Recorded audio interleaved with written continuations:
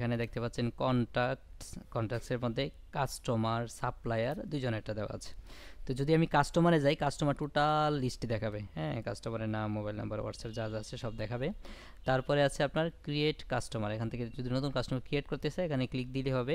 Click দিলেই সবগুলা পূরণ করা বাধ্যতামূলক না, আমার যা যা দরকার first name, last name, email, হ্যাঁ, পূরণ করব। তবে যদি সম্ভব হয় নাম, মোবাইল নাম্বার এবং ব্যবসা যদি স্ট্যান্ডার্ড থাকে ইমেলটা রাখলে ভালো, স্ট্যান্ডার্ড না থাকলে ইমেলটা দরকার নাই।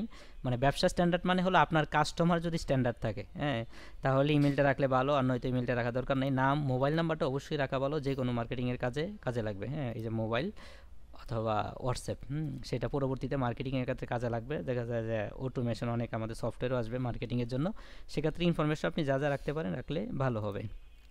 এই এটা নর্মাল প্রসেসেই। সে যদি খুচরা ক্রেতা হয় তাহলে রিটেল দিবেন, আর যদি সে হোলসেলার আপনার থেকে পাইকারি নেয় তাহলে হোলসেলার হিসেবে তাকে এন্ট্রি করবেন। এরপরে এখানে আপনাকে কি দেখাবে, লিস্টটা দেখাবে, হ্যাঁ। তারপরে আছে আপনার সাপ্লায়ার। তো সাপ্লায়ার হলো সেমভাবেই কাস্টমারকে যেভাবে কাস্টমারের এন্ট্রিগুলো দিয়েছি এভাবে সেমভাবেই সাপ্লায়ার এন্ট্রি করে দিয়েছি, কোনোটাই বাধ্যতামূলক না। কাস্টমার যদি এন্ট্রি না থাকে স্ট্যাটাস, কাস্টমার যদি অ্যাক্টিভ না থাকে বা সাপ্লায়ার যদি অ্যাক্টিভ না থাকে আপাতত তার থেকে আনেন না, তাহলে ইনঅ্যাক্টিভ দিয়ে দিতে পারেন, হ্যাঁ, সেমভাবে কাস্টমারেরটাও। এগুলো কন্ট্যাক্টস। তারপরে আছে আপনার ফার্স্টে দেখালো আইটেম। আইটেমের মধ্যে আছে item list, category list, brand list. এখন আপনার শোরুমের ক্ষেত্রে বা আপনার বিজনেসের ক্ষেত্রে দেখা যায় কিছু প্রোডাক্ট আছে, মনে করেন যে কম্পিউটার প্রোডাক্টটি যদি ধরি, সেটা ক্যাটাগরি তো অবশ্যই আছে। এখানে ক্যাটাগরি লিস্টে গেলাম, প্রথমে ক্যাটাগরিগুলো সিলেক্ট করে ফেলতে হবে। যেমন কম্পিউটার শোরুমের জন্য যদি মনে করি ক্যাটাগরি, মাদারবোর্ড একটা ক্যাটাগরি, র্যাম একটা ক্যাটাগরি, হার্ড ডিস্ক একটা ক্যাটাগরি, হ্যাঁ, এসএসডি একটা ক্যাটাগরি। ক্যাটাগরিগুলো প্রথমেই লিখে ফেললাম, কারণ একটা ব্যবসার জন্য একটা দোকানে বা একটা শোরুমে আপনার ক্যাটাগরি তো নির্দিষ্ট থাকবে, হয় 10টা থাকবে, 20টা থাকবে, 30টা থাকবে, 100 থাকবে, 150 থাকবে, নির্দিষ্ট থাকবে, ঠিক না? তো আগে ক্যাটাগরিগুলো ফিক্সড করে ফেললাম। তারপরে হলো ব্র্যান্ড লিস্ট। এরপরে যদি এটা ব্র্যান্ড লিস্ট, ওই আপনার প্রোডাক্টগুলো কী কী ব্র্যান্ডের হয়, সেমভাবে কম্পিউটার প্রোডাক্টের জন্য যদি ধরি তুশিবা আছে, গিগাবাইট আছে, আসুস আছে, এসআর আছে, এই ব্র্যান্ডগুলো লিখে ফেলবো। ওয়ালটন আছে, নোকিয়া আছে, স্যামসং আছে, যার যে বিজনেসের ব্র্যান্ডগুলো আগেই লিখে ফেলবো, তাহলে এটা কমপ্লিট হয়ে যাবে, হ্যাঁ। এরপর হলো আইটেম লিস্ট। ব্র্যান্ড লিস্ট লেখার পরেই মূলত হলো আইটেম লিস্টে আমি যাব। তো আইটেম লিস্টে হলো আমার বিজনেসে বা আমার শোরুমে কি কি আইটেম আমি রাখি, মানে এটা কেনার না, মানে কি কি আইটেম রাখি সবসময়, ওই আইটেমগুলো 100 হইতে পারে, 10টা হইতে পারে, এমনকি 500 হইতে পারে, 600 হইতে পারে, কিন্তু কষ্ট করে একবার টোটাল আইটেম বিজনেসের জন্য এটা এন্ট্রি করে ফেলতে হবে, তাহলে আর এন্ট্রি করার দরকার হবে না। প্রথমে সবগুলো আইটেম এন্ট্রি করে ফেলতে হবে। আইটেম মানে কি, মডেল। এখন স্পেসিফিক যদি আবার বলি যে কম্পিউটার শোরুমের জন্য একটা ইসোনিক মাদারবোর্ড, ইসোনিকের 61 মাদারবোর্ড, এটা একটা আইটেম, হ্যাঁ। তো ইসোনিক হলো ব্র্যান্ড, তারপরে হলো আপনার আর মাদারবোর্ড হলো ক্যাটাগরি, হ্যাঁ। এটা মিলে কি ইসোনিকের 61 মাদারবোর্ড, এটা হলো একটা আইটেমের নাম। এই আইটেমের মধ্যে ব্র্যান্ডটা হলো ইসোনিক এবং ক্যাটাগরিটা হলো মাদারবোর্ড, হ্যাঁ। সেমভাবে এখানে আইটেম, প্রোডাক্ট নাকি সার্ভিস থাকবে। ব্র্যান্ড আমি সিলেক্ট করি নাই, যদি ব্র্যান্ড সিলেক্ট না থাকে, হ্যাঁ, ব্র্যান্ড আমার তৈরি করে নিতে হবে ওখানে। তারপরে হলো ক্যাটাগরি, হ্যাঁ, এগুলো আইটেম লিস্টগুলো এখানে দেখাচ্ছে। মানে আইটেম লিস্টে ক্রিয়েটে যাই, ক্রিয়েটে গেলে আমি দেখতে পারবো যে এখানে এই যে নেম এবং কোন ব্র্যান্ডটা যদি না থাকে এখান থেকে তৈরি করতে পারবো, আমার ওখানে ব্র্যান্ডের ক্ষেত্রে যাওয়ার দরকার নাই, হ্যাঁ। তারপরে হলো ক্যাটাগরি না থাকে ওখানে ক্যাটাগরিতে গিয়ে তৈরি করার দরকার নাই, কিন্তু প্রথম যেহেতু একসাথে তৈরি করব ওখান থেকে করব, হ্যাঁ। আর যখন আমি আইটেম তৈরি ক্ষেত্রে যদি কোনোটা মিসিং হয় এখান থেকে করতে পারবো। এই একটা গেল ইজি ওয়ে। আর দ্বিতীয়ত হলো আমি এই আইটেমটা সাধারণত কত টাকায় কেনা পড়ে, দেই 100 টাকায় কেনা পড়ে, তারপর এটা আমি কত পার্সেন্ট লাভে সাধারণত বিক্রি করব, দেই 20% লাভে। তারপরে এটা হোলসেল কত দিব, দেখি 110 টাকা হোলসেল। তারপর এটা এমএসপি কত দিব, এমএসপি হলো মিনিমাম সেলিং প্রাইসটা কত দিব, নিচে বিক্রি করব না, 105-এর নিচে বিক্রি করব না। এটা আমি সেভ দিলে কি হয়ে যাবে, আমার এই আইটেম সেভ হয়ে যাবে, হ্যাঁ। তারপরে হলো স্টক, হ্যাঁ, এখানে স্টক ইনফরমেশন দিতে পারি বা নাও দিতে পারি। ইমেজের ইনফরমেশনগুলো, হ্যাঁ, এগুলো আপনার জরুরি না, যার জন্য জরুরি সে এমনি বুঝবে। এটা ওপেনিং কোয়ান্টিটি, যদি আমি প্রথম আমার ব্যবসার প্রোডাক্টটা সফটওয়্যারটা করতেছি, রান করতেছি, তার মানে এই প্রোডাক্টটা আমার কাছে আছে 100, তাহলে আমি ওপেনিংয়ে 100 দিয়ে দিব। অ্যাট প্রাইস কত আছে এটা দিয়ে দিব। মিনিমাম স্টক মনে করা 5টা আমার এখানে থাকা দরকার, নাইলে যদি 5টার কমে যায় আমাকে সিগন্যাল দিবে, হ্যাঁ, আইটেম লোকেশন অ্যাড প্রাইস, এখানে টোটাল মিলে প্রাইসটা কত সেটা আমি এখানে দিয়ে দিব, টোটাল প্রাইসটা আর কি, অ্যাড প্রাইস। এরপর ইমেজ, প্রোডাক্টের জন্য কোনো ইমেজ দিতে পারি অথবা না দিলেও না দিতে পারি। এই তারপরে আমি আইটেমটা সেভ করে ফেলবো, এই আর কি। এরপর যদি এখানে প্রোডাক্ট না হয়ে সার্ভিস হয়ে থাকে তাহলে সার্ভিস হিসাবে এই প্রোডাক্টটা এখানে সেভ করব। তাহলে এটা আমি সেভ দিচ্ছি না, আইটেম শেষ। এখন যাচ্ছে হলো পারচেসে। হ্যাঁ, পারচেসে হলো এখানে অপশনগুলো দেখাই। মূল পারচেস তো আপনি এখান থেকে দিবেন শর্টকাটে। এখানে পারচেসের সবগুলো আপনার বিল থাকবে, এখান থেকে পারচেস ক্রিয়েট করতে পারবেন। তারপরে হলো পারচেস আউট, যেগুলো যেগুলো পারচেস আউটটা হলো যেগুলো পারচেস আপনি করেছেন। তারপরে হলো পারচেস অর্ডার, যতগুলা অর্ডার হইছে। তারপরে হলো আপনার পারচেস রিটার্ন, হ্যাঁ, যে যা যা পারচেসগুলো আপনি রিটার্ন দিয়েছেন এগুলো এখানে থাকবে। পেমেন্ট আউট মানে কি কি পেমেন্ট করছে, এই পেমেন্টটা দেখাবে আর কি, এই পারচেসে আপনার কি কি পেমেন্ট করা হয়েছে এগুলো। আচ্ছা, তারপর হলো পারচেস, যদি আমরা ডিরেক্ট পারচেস যাই তাহলে এখানে ক্লিক না দিয়ে শর্টকাটই আছে, এখানে ক্লিক দিলেই পারচেস আইটেমে চলে আসবে। তা আমি কোন সাপ্লাইয়ের কাছে পারচেস করছি এটা সাপ্লাইয়ের নাম না থাকলে এখানে ক্লিক দিয়ে সাপ্লাইয়ের নাম এন্ট্রি করে নিব। তারপর ডেট ডিফল্ট থাকবে, অটো ডিফল্ট এটা পারচেস কোড তৈরি হবে।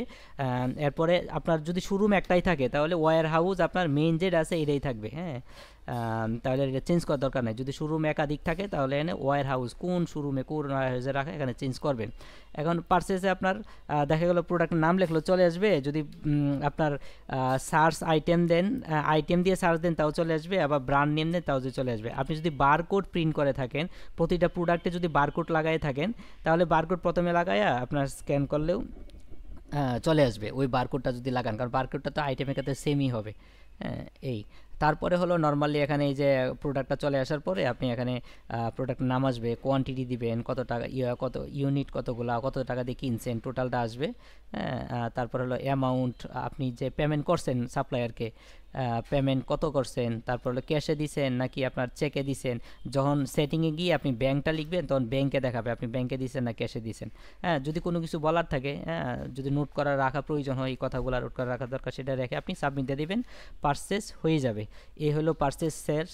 তারপর হলো সেলের ক্ষেত্রে সেম, এখানে যদি পসের আইটেমটা এখানে আছে। তারপরে ইনভয়েস হলো আপনার টোটাল বিলগুলা দেখাবে, সেলের টোটাল বিলগুলা এখানে পারচেসের মতোই দেখাবে। হ্যাঁ, কোটেশন মানে একটু ক্লিয়ার করি, কোটেশনটা হলো কোটেশন হলো আপনি বিক্রি করতেছেন না কিন্তু একজন আসছে দামগুলা জাইনা নিতে। হ্যাঁ, যেমন আপনি কোটেশন ক্রিয়েট দিলেন, আপনি পারচেসের মতো সেমই হবে কিন্তু আপনার স্টক থেকে কাটবে না। এই প্রোডাক্ট নিল 5টা, এই প্রোডাক্ট 5টা, এত টাকা করে, এই প্রোডাক্ট 5টা, এই প্রোডাক্ট 5টা, আপনি এন্ট্রি করলেন। দেখা গেল আপনি টোটাল 5টা প্রোডাক্ট উনি নিচ্ছে, উনি রেট হচ্ছে 39,000 টাকা, আপনি প্রিন্ট করে দিয়ে দিলেন। উনি কিন্তু কিনে নাই, উনি কোটেশন নিয়ে গেছে, পরবর্তীতে কিনতে পারে, দামটা জানার জন্য আসছে, এই জন্য আপনি কোটেশন তৈরি করবেন। তো সেমভাবে আপনার পারচেসের মধ্যে এটা একটা আছে পারচেস অর্ডার, মানে একজনকে আপনি পারচেসের জন্য অর্ডার দিলেন কিন্তু পারচেস এখনও হয় নাই। হ্যাঁ, এইটা হলো পারচেস অর্ডারে।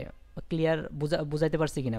মানে পারচেস উনি আপনি কিনেন নাই কিন্তু আপনি অর্ডার দিছেন, তার মানে আপনার এখানে স্টক এন্ট্রি হবে না।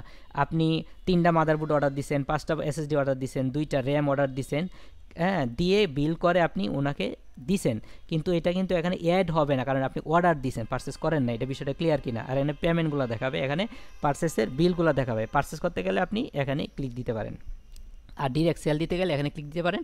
পস মানে শর্টকাটে যদি সেল দিতে চান তাহলে পসে ক্লিক দিবেন। এই পারচেস কোটেশন, তারপরে পেমেন্ট ইন, ওই এখান থেকে আপনার পেমেন্টগুলো দেখাবে। হ্যাঁ, পেমেন্টগুলো এখানে ক্লিয়ার হবে।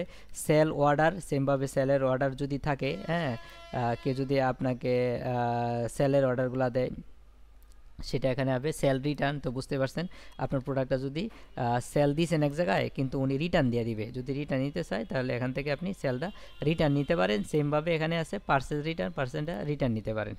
হ্যাঁ, তারপরে হলো আপনার কন্ট্রাক্ট সাপ্লাইস তো দেখাইলাম। তারপর আইটেম গেল, স্টকটা এখানে স্টকের মধ্যে আছে ট্রান্সফার আছে এখানে। এখানে ট্রান্সফার হবে কিসে কিসে ট্রান্সফার হবে, আপনার একটা প্রোডাক্টে একটা ওয়্যার হাউস থেকে আরেকটা ওয়্যার হাউস যাবে। আপনার একটা প্রোডাক্ট আছে মেইনের মধ্যে অবশ্যই থাকবে কিন্তু এটা নষ্ট হয়ে গেছে, এটা আপনি ড্যামেজে ট্রান্সফার করে দিবেন, তাহলে ড্যামেজে দিয়ে আপনি ক্লিক দিলেই চলে যাবে। অথবা আপনার ওয়্যার হাউস 2-3টা, ওয়্যার হাউস 1 থেকে ওয়্যার হাউস 2-তে যাবে, ওয়্যার হাউস ঢাকা থেকে ওয়্যার হাউস উত্তরাতে যাবে, তখন একটা থেকে আরেকটা করে দিতে পারেন। তার মানে আপনার ইসোনিকের একটা মাদারবোর্ড কোন জায়গায় আছে, এটা মেইন স্টকে আছে নাকি ড্যামেজে আছে, নষ্ট হয়ে গেলে ড্যামেজ দিয়ে দিবেন, আর যদি ওয়্যার হাউস 1-2-3 থাকে ওইভাবে দিয়ে দিবেন। আশা করি বুঝতে পারছেন। এরপর হলো অ্যাডজাস্টমেন্ট। অ্যাডজাস্টমেন্ট হলো আপনার নিউ যদি অ্যাডজাস্টমেন্ট দিই, অ্যাডজাস্টমেন্ট হলো আপনার দেখা যায় এই একটা প্রোডাক্টের আপনার আছে কোয়ান্টিটি, এখানে প্রোডাক্ট এন্ট্রি দেয় নেই, আছে কোয়ান্টিটি একটা, কিন্তু গুইনা দেখলেন এখানে আছে 3টা, তার মানে আরও 2টা প্রোডাক্ট লিখে অ্যাডজাস্টমেন্ট দিলেন, তাহলে আপনার প্রোডাক্টগুলো যাতে পার্সেসে না দিতে হয়। দেখা গেলো আপনি এটা এখন কিনে আনেন নাই, অনেক আগে কিনে আছেন, কিন্তু 2টা এক্সট্রা পাইছেন, তখন এটা অ্যাডজাস্টমেন্টে দিয়ে আইটেমটা বাড়ায় নিলেন, তাহলে একটা জায়গায় আপনার 3টা অ্যাডজাস্টমেন্ট থাকলো। এই হলো স্টক। তারপর হলো এক্সপেন্স। আপনার বিজনেস ক্যাটাগরিতে, বিজনেসে তো অনেক ধরনের ব্যয় হয়, ঠিক না? এই এক্সপেন্সের লিস্টগুলো এখানে থাকবে, এই এক্সপেন্সের লিস্টটা এখানে পাবেন। যদি এক্সপেন্স লিস্ট ক্রিয়েট করতে চান তাহলে এখান থেকে পাবেন। তারপরে ক্যাটাগরি আছে, সাব ক্যাটাগরি আছে, আগে থেকে তৈরি করে নিতে পারেন বা এখানেও তৈরি করতে পারেন। কোন ক্যাটাগরি যদি আগে থেকে তৈরি করে থাকেন, কোন সাব ক্যাটাগরি যদি আগে তৈরি করে থাকেন, যদি আগে থেকে তৈরি করা না থাকে তাহলে এখান থেকে তৈরি করবেন। এক্সপেন্স কি এক্সপেন্স হতে পারে, অফিস রেন্ট হইতে পারে, তারপরে হলো স্যালারি হইতে পারে, হ্যাঁ এরকম যে কোনো এক্সপেন্স। এটা কি ডিরেক্ট এক্সপেন্স কিনা নাকি ইনডাইরেক্ট এক্সপেন্স, হ্যাঁ ডিরেক্টে দিলাম, দিয়ে সেভ করলাম। মানে আপনার যা যা ব্যয় হয়, কারেন্ট বিল হইতে পারে, আনুষঙ্গিক হইতে পারে। এবং এটা যদি সাব ক্যাটাগরি হয়, সাব ক্যাটাগরি যে আপনি এক্সপেন্সের ক্যাটাগরি রাখলেন স্যালারি, সাব ক্যাটাগরি রাখলেন একজনের নামে, যে আমিনুল ইসলাম স্যালারি, তারপর তরিকুল ইসলাম স্যালারি, এভাবে দিতে পারেন। হ্যাঁ এই তারপরে হলো এই আর কি এক্সপেন্সের স্টক এক্সপেন্স, তারপরে আইটেম, পার্সেস, সেল, কন্ট্রাক্ট। আশা করি বুঝতে পারছেন। তারপরে হলো নিচের এক ইয়ার পার্টটা, অন্যান্য যে পার্টটা আছে এটা তৃতীয় ভিডিওতে দেখাচ্ছি।